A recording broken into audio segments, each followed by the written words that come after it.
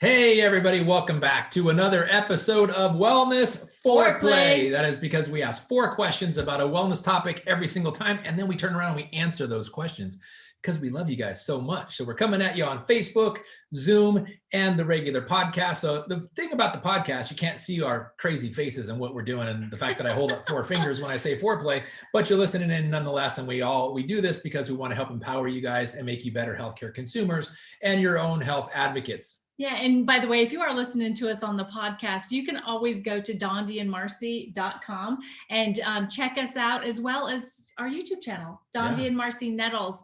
We always upload these so that you can, we'll get there. Yeah. But you can actually watch us in the craziness, because I have some very interesting faces I make sometimes on these. Most of the time. Yeah, a lot of the times rolling my eyes and all that kind of stuff. I can get away with it here. I can't get away with it out there, right? But in the real world. So who are we? We are Dr. Dondi and Marcy Nettles. We are your hosts and your podcast hosts, and we are honored to be here. And let us share with you that, and a reminder, we say this every episode, we are not here to prevent, treat, diagnose any diseases. We're not here to give you information on how you can prevent, treat, or cure your diseases. That's not the approach. We are here to educate you, make you think, maybe even entertain you a little bit, but to help you be more aware of your overall health and wellness, so you can be a better active participant in pursuit of that and equip you with information. So we're putting arrows in your quiver of information that will help you be your own best health advocate. Yeah, empowering you to take ownership of your wellness. That's cool. But for me, I'm a former police detective, and you? I'm a former family wellness chiropractor. And so now together we're actually investigating wellness, because we know that the information we come up with is the exact knowledge that you need to be able to, take control and ownership of your wellness journey. So it's the foreplay comes before your wellness. So that's why we're here. And our last episode, we actually started a new series this week. Yeah, it's all about happy hormones. Happy hormones. And so we talked about dopamine last time. This time we're going to be talking about oxytocin. Yeah. So you get your dose of happy hormones, which is dopamine, oxytocin, serotonin, and epinephrine. Is it not epinephrine? Endorphins. We're going to be talking about those on Friday. So let me reiterate that. We're going to be talking about serotonin and endorphins on Friday's episode. Yeah. So first of all, since this is a hormone talk, what's hormones and how do they travel? Where are they at? Oh my goodness. So they're chemicals, They're chemicals produced by your body, mainly in your bloodstream is where they travel, where they exist, where they live. And they are to balance your body out. Many things with hormones, specifically part of your endocrine system, they're started with, or at least under the control of the hypothalamus, the pituitary gland, your overall central nervous system, more specifically your autonomic nervous system. But there are chemicals in your body that help you be happy, help you balance your temperature regulation, help you live, help you know when to drink, those types of things. Hormones play a very, very key role in many, many things that happen in your body. Yeah, so they're really, really important for your wellness. So that's why we're focusing on it. And so this episode is actually episode number 10. Yes. Right? So that's cool, huh? Episode right here. X in Roman numerals. Woo!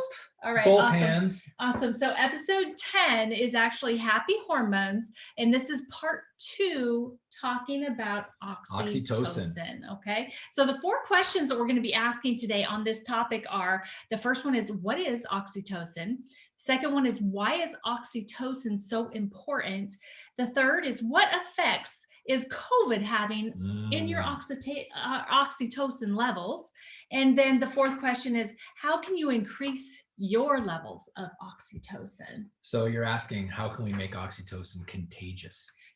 Yeah. Well, yeah, for yourself, but then how does it really kind of go out to others too? For sure, spread it around, right? Spread it around. The more the merrier. Spread the love, the love. And by the way, love kind of helps answer the very first question. That first question being, what is oxytocin? So what is oxytocin? It is one of the happy hormones. It's called the love hormone or the cuddle hormone, because when you do those things, when you love on each other, when you're cuddling with each other, your body produces more oxytocin. Yeah, guys. So that means that in the act of actual foreplay,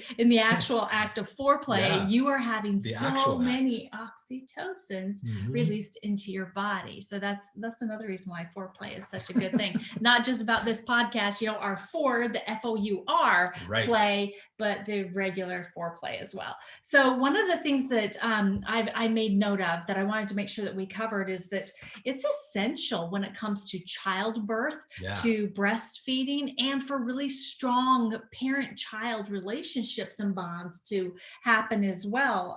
So that's part of what oxytocin is. And you mentioned when you were talking about hormones, where a lot of them come from, and it's a big word in me. Hypothalamus. Yes. Yeah. It's in your brain. It's in the front part of your brain. It's part of your endocrine system. It's kind of, think of it this way. It's kind of like your thermostat. Keeps your body temperature regulated, which is one of the things that you can be aware of. So why you shiver when it's cold and why you sweat when it's hot. That's your hypothalamus at work. That's your hormone system at work, balancing your body chemistry, your body temperature regulation. As the external temperature changes, your body temperature should not. That's how powerful the hormone can be. But I want to talk about when you just mentioned about this playing a very important part in the birthing process. Well, that'll come to the next. I'm looking forward to talking about that. Yeah. But before we get to question number 2, we also mentioned about dopamine being a neurotransmitter. So because oxytocin is a neurotransmitter as well. Yeah. So what is a neurotransmitter, like in a common, really basic, like, so I can understand it? Okay, let's see how I can dumb this down and not be so doctorly. Did he just call me dumb? I think he just called me dumb. Can you believe that, guys? You just set me up on that one. So that's what makes this fun, though, doesn't it? It does. What was the question again? What is a neurotransmitter? Neurotransmitters is the chemical way that your brain talks to itself. And so, for example, this has never happened in our house. When Marcy tells me, I need this from the store as I'm heading out to the store, it never happens that I don't hear her, or I hear what she said, but I think about something else and I come home with something and she goes, hey, did you get that? And I'm like, no. Yeah, it never happens. So we miscommunicated.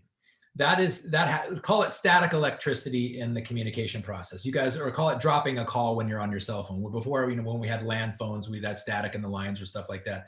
So neurotransmitters in your brain get rid of the static. That's their focus, to balance out your brain chemistry so that when your brain interprets the needs of the body, it is able to remedy because it hears it correctly, rather than it hears one thing which is wrong and fixes the wrong problem because it was a process of miscommunication. So in essence, neurotransmitters are the chemical pathway that your brain communicates to itself and the rest of your body, and hormones play a very big role in that, specifically dopamine and serotonin, which we're going to talk about on Friday. Yeah, so having balanced neurotransmitters is really balance really is important. The key. Yes. And so that's why having these conversations about why these hormones are so important and what you can do about it and how outside or external things are affecting them, you having that knowledge is so important, okay? Yeah. And it's not just important for you to have, it's important for everybody that you know to have that. So if you guys could please share this information out, tag people in the comment section if you're on here with us live. Make sure that you subscribe to us on YouTube. That's Dondi and Marcy Nettles. Go to dondiandmarcy.com and ask us questions. Yeah. All that kind of stuff helps spread the word. I just thought of a better way to describe neurotransmitters than probably the way I just did. So consider it like an interpreter. So like for this example, if I spoke Russian and Marcy spoke English, and not Russian, and I did not speak English, we can talk to each other. We could even hear each other. We just can't understand each other. We would need an interpreter, a third party who spoke Russian and English. So if I speak Russian and I tell the interpreter something, the interpreter tells Marcy something in English, Marcy tells the interpreter something back, and then the interpreter tells me something in Russian, we can now not only communicate, we can hear each other, we can also understand each other, but it takes a third party. The third party, the transmitter or the translator, if you will, is how pharmaceuticals handle the issue of miscommunication in the brain. So like a Zoloft or a Prozac or a Paxil, it's kind of like having an interpreter. It works per se, it's just a little more clunky and inefficient. What would be easier is, what if I spoke Russian and English? And what if Marcy spoke English and Russian? We wouldn't need an interpreter. We could talk to each other in 2 different languages, hear each other, and even understand each other. That's what neurotransmitters do. Neurotransmitters allow the different parts of your body and brain that speak different languages to communicate with each other and understand each other without the need for external sources like an interpreter or a chemical interpreter, which is what pharmaceuticals provide. So it's your body's way of efficiently and naturally communicating with itself, primarily in the brain, so that your brain can regulate and control the rest of your body effectively. Yeah, so oxytocin is one of those neurotransmitters. Very important one. That we want to help you guys really make sure that you've got regulated properly and that you've got enough of it going on in your life on a daily basis. Okay. I don't know why I spoke Russian. I don't know Maybe either, but let's move on. Let's move on. So question number 2, why is oxytocin so important? Guys, we already kind of mentioned the birthing process, right? I mean, that's where everything starts. If your oxytocin levels are low, what does oxytocin have to do with the birthing process? It has a lot to do with the birthing process, and it has a lot to do more so with the birthing process, since we in Western civilization have taken the birthing process, which is a very natural thing, and we've turned it into a medical procedure. In fact, we're the only species of animals on the planet that have done that. Every other animal that gives live birth still gives live birth without a veterinarian, without a doctor, without medications, without anything.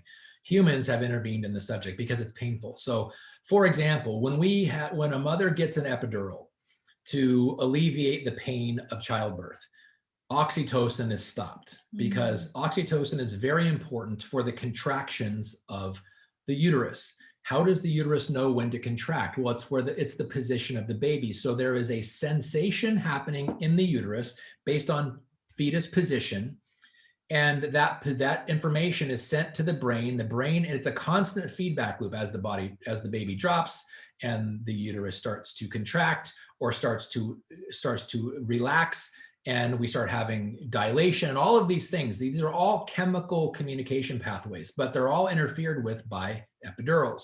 And then we add Pitocin in the mix, which is specifically for uterine contraction. And then what we're doing is we're chemically altering the normal chemical process for the alleviation of pain and the expediting of the process. So the longer we stay in the operating room, the more it costs the hospital and the less babies can be born. And I'm not saying that there's any ulterior motives that are bad. What I'm saying is that it violates nature many times. So oxytocin is very important in uterine contraction, sensation of the uterus as the baby's descending and as contractions are starting to happen and as dilation is starting to happen so the baby can come out.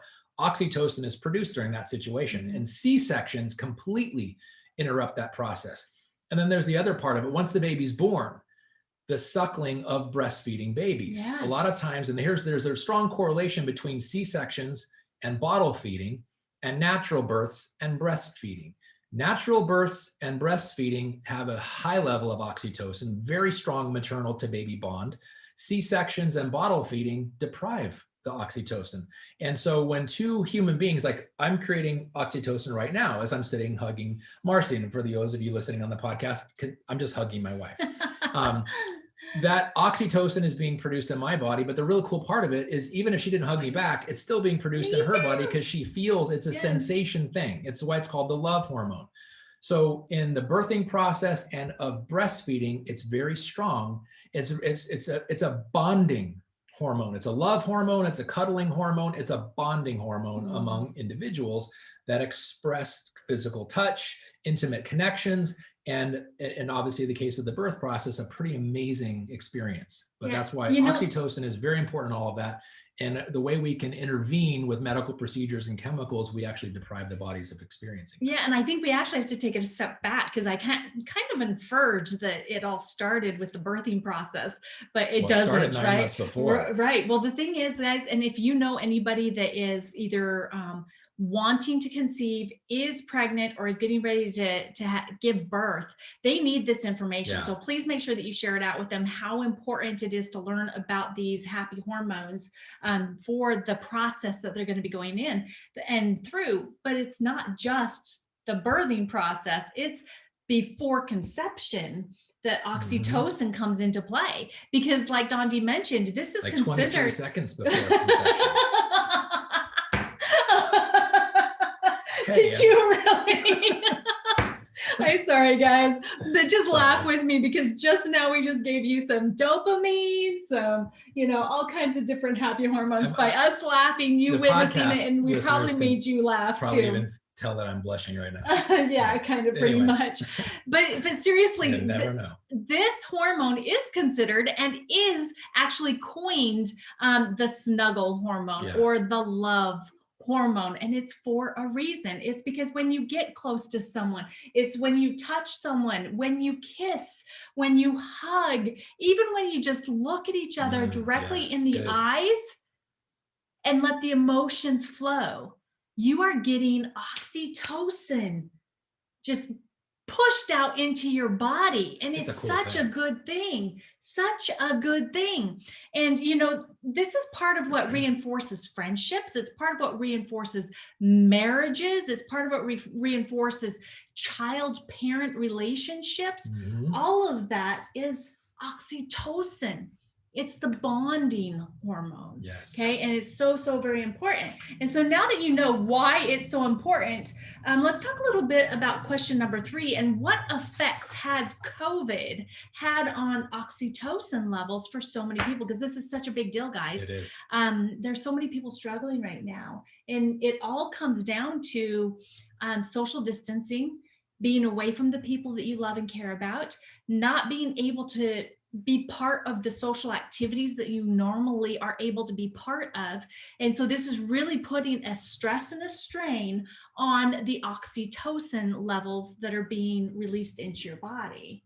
Absolutely. And yeah, absolutely great points. But I felt the need, I want to go back and say that sometimes C-sections are necessary. Yeah, absolutely. Based on the risk of the baby or emergency situation, risks of the mother. So I did not mean to disparage that if that's your choice or if that was an emergency procedure. Sometimes people choose it voluntarily to alleviate the pain. And I'm just saying there are always consequences to certain decisions. So if you're curious about it and you would like to go the more natural route, ask your doctor or ask your midwife if you have one. Ask your midwife and your doula how you could do these things more naturally without the need, because there is not a need for medications. Well, sometimes there is. Most of the time it's not a need, it's a choice.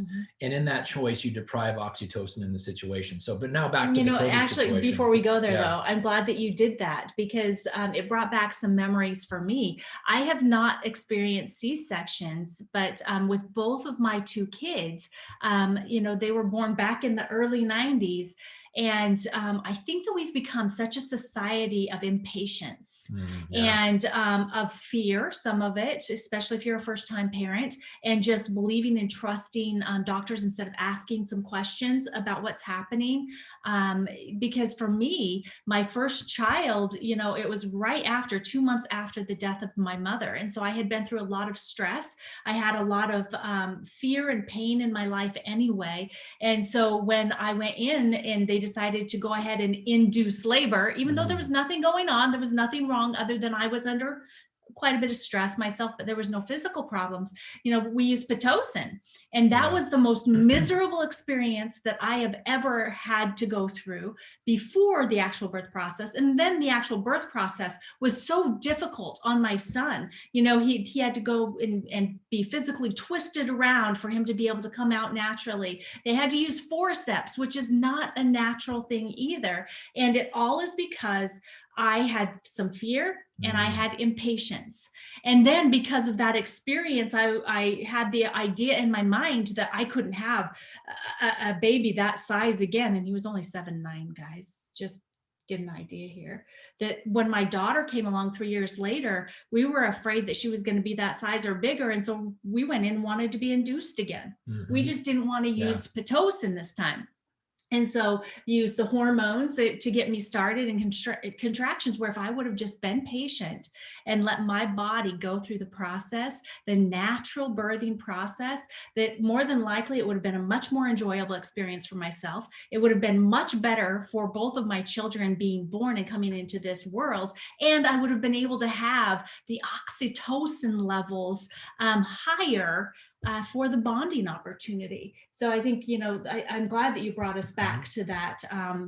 So anything else that you want to add? Yeah, I mean, if you think about what is inducing childbirth, it's actually starting the birthing process before mother and baby decided they wanted to start it. So we're accelerating the process. And think about that. Think about that. How would that turn out in nature? Like if you cut cut a butterfly out of a cocoon before it actually broke out of its own on its own, what would that do to the butterfly? And if you've ever looked at what happens, the butterfly's wings would never grow. It would never fly, because the stress of breaking out of its own cocoon is what causes the nutrients to go down into the wings to allow the wings to grow. So if you cut a butterfly out of a cocoon when you think it's ready, and before it decided it was ready, it'll never fly. Okay. Or what happens if you took a baby chick or a baby duck or anything in an egg and you broke it out when you thought it was ready, not letting it break out by itself? You risk the life of that little duck and that little chick, and a lot of times it won't make it through the process. Same thing situation, we increase the risk when we induce labor. Now again, I don't want to turn this into a philosophical debate,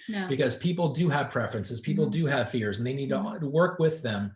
But when we expedite a natural process and we turn it into now something that's actually scheduled rather than allowed to happen, there's going to be risks involved, and there's going to be less than optimal situations. But again, I don't want to turn that. We can absolutely no judgments whatsoever, but just sharing a little bit of my personal experience with you, and how, looking back, I wish that I would have let my natural body do its job. Exactly. When you look at the natural process, women who have natural births with no chemical aid, with doulas, with midwives born at home, have a very, very low risk of tearing.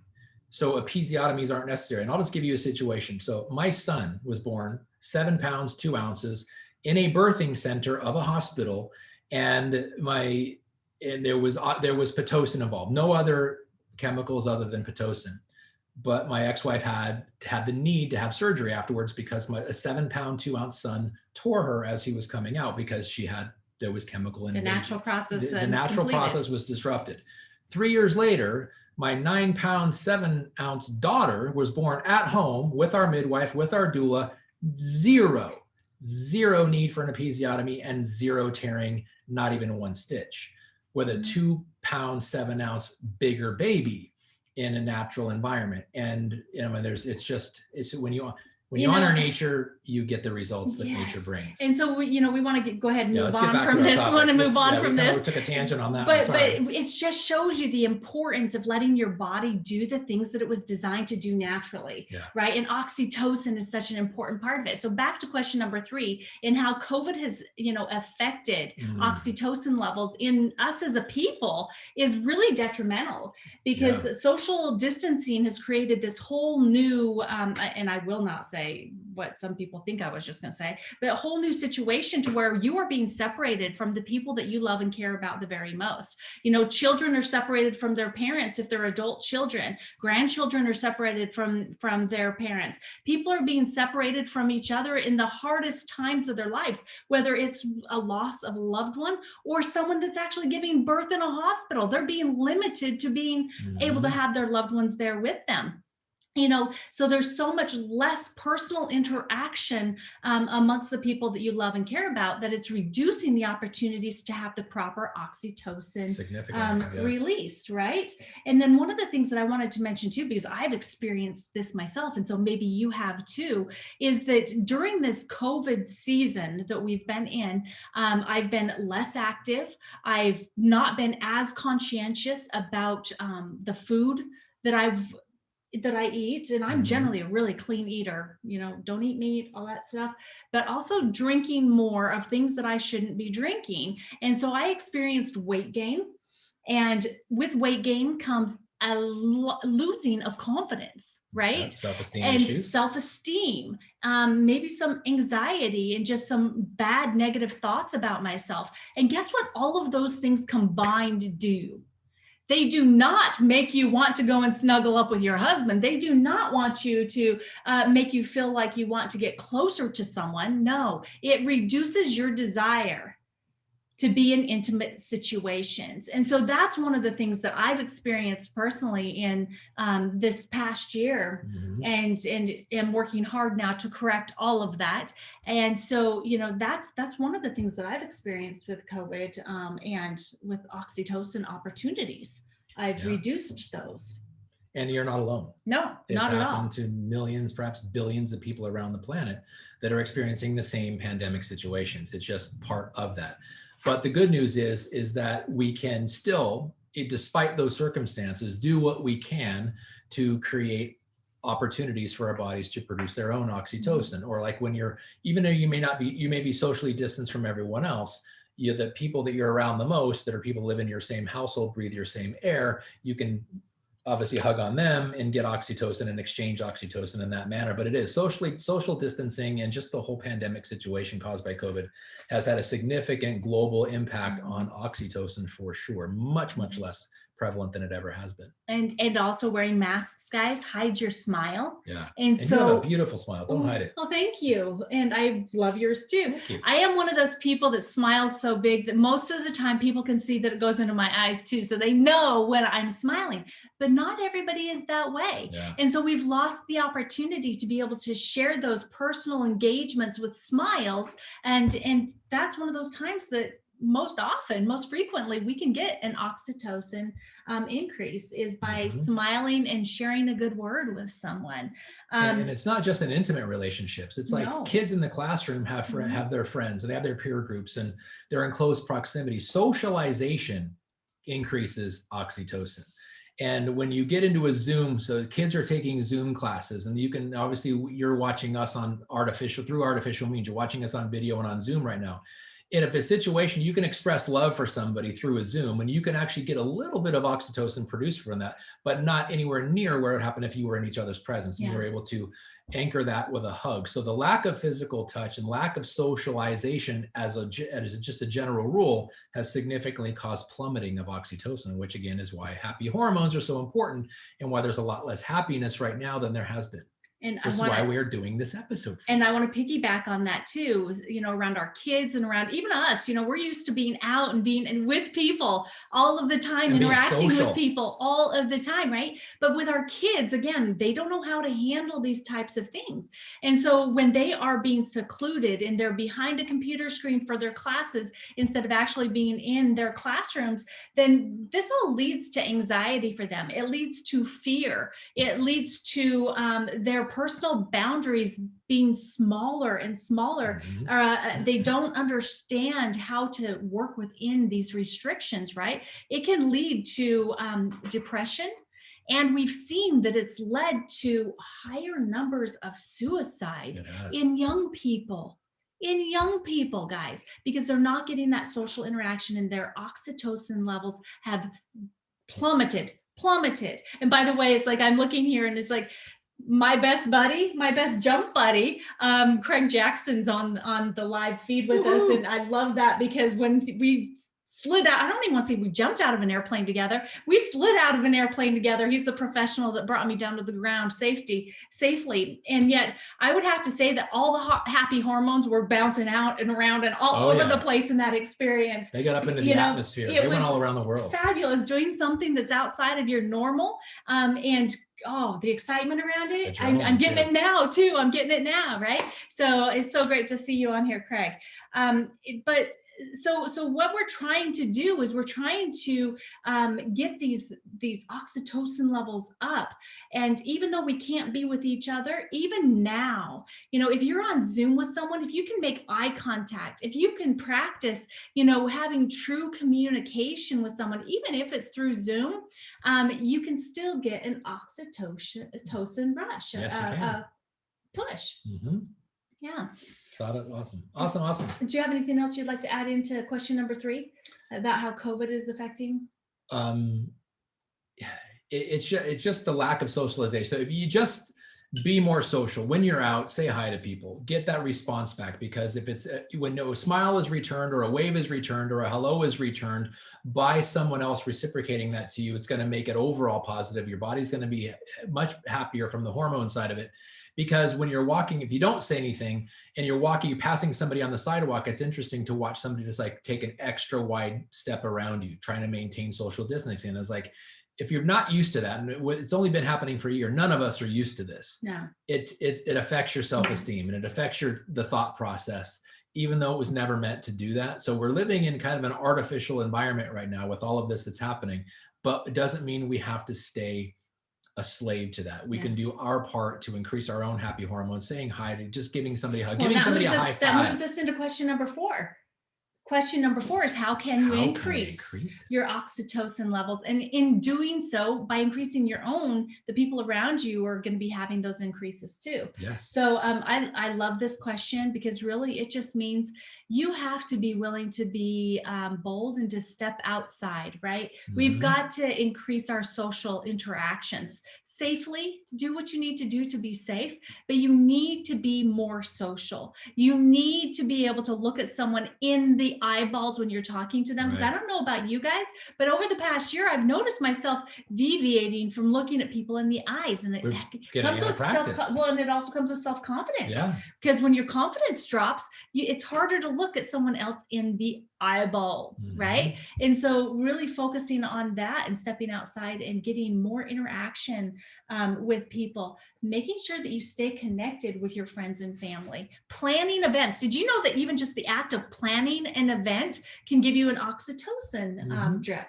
Absolutely. Which that's so cool. I was reading up on this because I loved it. It said that if you practice listening, I need to practice listening. I've got some work to do on that one. But if you practice listening even and really listen deeply when someone else is talking, you get an oxytocin drip.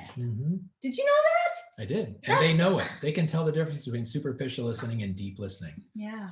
That's awesome. So I Isn't really amazing thought how that God was just cool. creates amazing chemicals just by listening to somebody talk. Yeah. For the bonding. Well, and talking about bonding too, if you are a mother out there and you're wondering whether or not you should breastfeed your child, because that is one of the most important times for oxytocin for you and for your baby, for the bonding moments from the very beginning. Starts with breastfeeding. It does. So, I mean, if there's a medical emergency, again, we understand it's no judgment, but just if you can, you need to, you should. Yeah, it's definitely the best. So of course, hugging and cuddling and kissing and having more sex is also good. Also really good. That's what he thinks. Okay, yes, it is. It's really good, guys, for those oxytocin, those happy hormones to be increased. And then like we were talking about with dopamine, you need to take care of yourself. Massage. Okay. And just so you guys know, being safe, you can still get a massage. Oh yeah. You and your partner can give each other massages. It doesn't matter if you're giving or you're receiving. That physical touch provides oxytocin, right? Oxytocin there. And then again, one of your topics is listening to music that really connects with you. How do you know? So if you've ever listened to music or a specific song and it makes the hair on your arm stand up, it gives you goosebumps, it's releasing amazing happy chemicals. We talked about that on last episode with dopamine, but it's having an emotional and it affects your soul. That's when you know you're being moved by just the sound of music. And instrumentals have been shown, and this has been researched in science, instrumentals as opposed to with vocals are more likely to do that. So you're not necessarily listening to the lyrics in a song that has vocals, you're listening to the melody, you're listening to the performance, you're listening to the artistry of the musician or the player, whatever type of music you're listening to. But when it moves you so much that it gives you chills, gives you goosebumps, it's impacting your body and positive chemicals in your body are being produced for sure. So optimize that, listen to music. And eating food. Find foods that you absolutely love that are good for you, because it's proven that just enjoying a good meal can increase your oxytocin as well. And then two of my favorites, RAK, random. I like to look at it the other way around.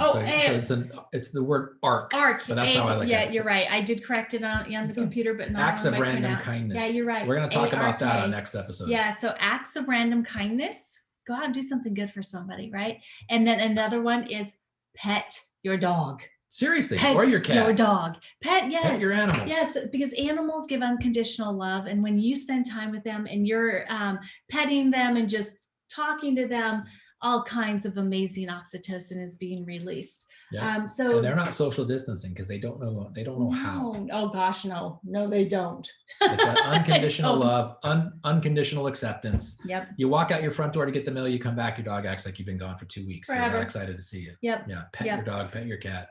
But guys, even if it's all you have, yeah, bring them up in your lap and pet them. Your oxytocin will increase. And we hope that you found something. Again, don't get overwhelmed. Pick one or two things in and every just episode. apply it and implement it to be able to change your life and create more happiness in your life. But this was episode number 10. Yes, 10. 10. Woo! So excited.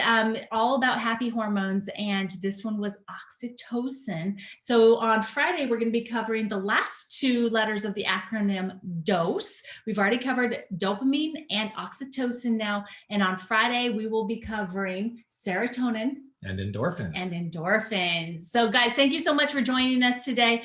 Please make sure that you go to dondiandmarcy.com and connect with us. You can actually send us questions, or you can give us show ideas, topic ideas. And if you'd like more information on what we're doing on our daily regimen, it's like I was just balancing my neurotransmitters right here with my amazing stuff. Love it, love it, love it. But just go there. And then again, Dondi and Marcy Nettles on YouTube and all of the different podcast platforms. You can find the audio there as well. Wellness Foreplay Podcast. Thank you guys so much for tuning in. We appreciate it. And we would love to send you episodes that you would like to hear. So like Marcy said, reach out to us, let us know show topics. All right, guys, have a great day. Bye, guys.